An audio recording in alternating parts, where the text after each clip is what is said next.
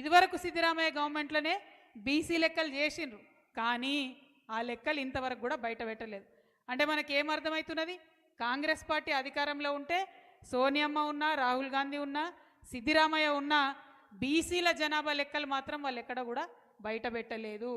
అదే కోవలో ఇవాళ ఇక్కడ రేవంత్ రెడ్డి గారు కాంగ్రెస్ పార్టీ ముఖ్యమంత్రిగా జనాభా లెక్కలు చేసినామని చెప్తున్నారు, 46% బీసీల లెక్క వచ్చిందని చెప్తున్నారు.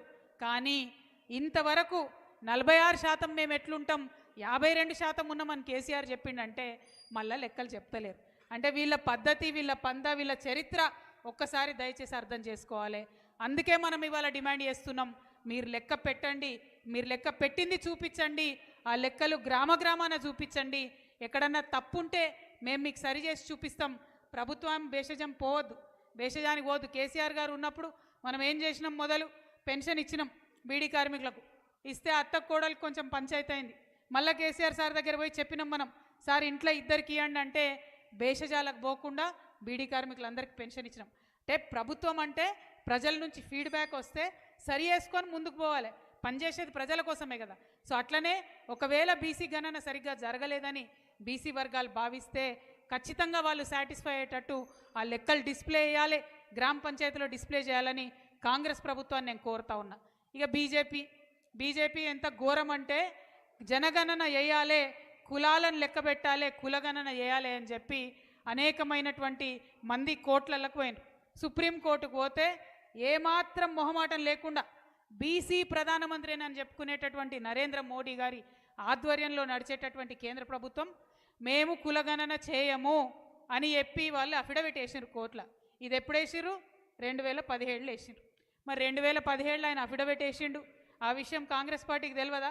మేనిఫెస్టో చేసేటప్పుడు తెలియదా? చట్టం చేస్తే బీజేపీ ఒప్పుకోదని తెలియదా? అయినా మనని మోసం చేయడానికి ఈ మాట ఇచ్చారు. ఇవాళ నేను బీజేపీ పార్టీని అడుగుతున్నా, మీరు అక్కడ కులగణన చేయమని చెప్పిండ్రు, కానీ ఇక్కడ తెలంగాణ బీసీ సమాజం కోరుకున్నది, మేము పోరాటం చేసినాం, ఇవాళ బిల్లు వచ్చింది, బిల్లు పాస్ అయింది. మరి ఆ బిల్లు మీరు తక్షణమే పాస్ చేయాలి. ఎట్లా అయితే తమిళనాడులో ఇంప్లిమెంటేషన్ అవుతుందో అట్లా తెలంగాణలో ఇంప్లిమెంటేషన్ అయ్యేటట్టుగా బీజేపీ మాకు సహకరించాలని చెప్పి ఇక్కడ భారతీయ జనతా పార్టీని నేను డిమాండ్ చేస్తూ ఉన్నా. మోసం చేసి మభ్యపెట్టి అబద్ధాలు చెప్పి 8 మంది ఎంపీలను గెలిపించుకున్నారు బీజేపీ నుండి. మరి అలా 8 మంది ఎంపీలను నేను డిమాండ్ చేస్తూ ఉన్నా, మీరు పార్లమెంట్లో గలమెత్తండి. మా తెలంగాణలో బీసీ బిల్ అసెంబ్లీలో పాస్ అయింది, మాకు వెంటనే ప్రెసిడెంట్ ఒప్పందం చేయాలి, ప్రెసిడెంట్ సంతకం చేయాలని చెప్పి బీజేపీ ఎంపీలు ఒత్తిడి చేయాలి. బీజేపీ ఎంపీలు, కాంగ్రెస్ నాయకులు చెప్పిన మాట తప్పితే ఇదే కామారెడ్డిలో ఎక్కడైతే మీరు బీసీ డిక్లరేషన్ చేసిరో ఇదే కామారెడ్డిలో తెలంగాణ జాగృతి యునైటెడ్ పూలే ఫ్రంట్ నుంచి మేము కూడా డిక్లరేషన్ చేస్తూ ఉన్నాం. మీరు మాట తప్పితే మిమ్మల్ని గ్రామాలలో తిరగనిచ్చే ప్రసక్తే లేదు. మేము వేచి చూస్తాం, సమయం ఇస్తాం, అవసరమంటే మీతో పాటు ఢిల్లీకి వస్తాం, బీజేపీ మీద లొల్లి వేస్తాం.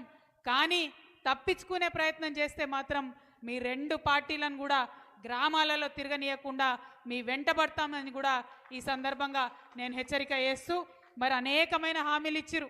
3 పేజీలు ఉంది బీసీ డిక్లరేషన్. ఇక ఆపద మొక్కులు మొక్కినట్టే మొక్కినరు, అనేకమైన మాటలు చెప్పిండ్రు. అందులో ముఖ్యమైన మాట, చాలా విలువైన మాట ఏంటంటే బీసీ విద్యార్థులు ఎవరైనా వాళ్ళు పరీక్షలు పాస్ అయితే 3 లక్షల కింద ఆదాయం ఉన్న ప్రతి ఒక్కరికి కూడా 100% ఫీజు రీఎంబర్స్మెంట్ చేస్తామని చెప్పారు.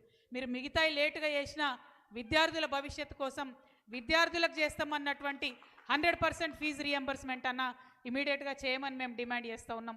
మన బీఆర్ఎస్ పార్టీ తరఫున మండల్లో ఫీ రీఎంబర్స్మెంట్ మీద నిలదీస్తే ముఖ్యమంత్రి గారు ఒప్పుకొని 12 నెలలలో మేము కిస్తీలు ఇస్తామని చెప్పిండు. అదే కోవలో మరి బీసీ విద్యార్థులకు మీరు fee reimbursement, full fee reimbursement ఇవ్వాల్సిందిగా కూడా కామారెడ్డి నుండి డిమాండ్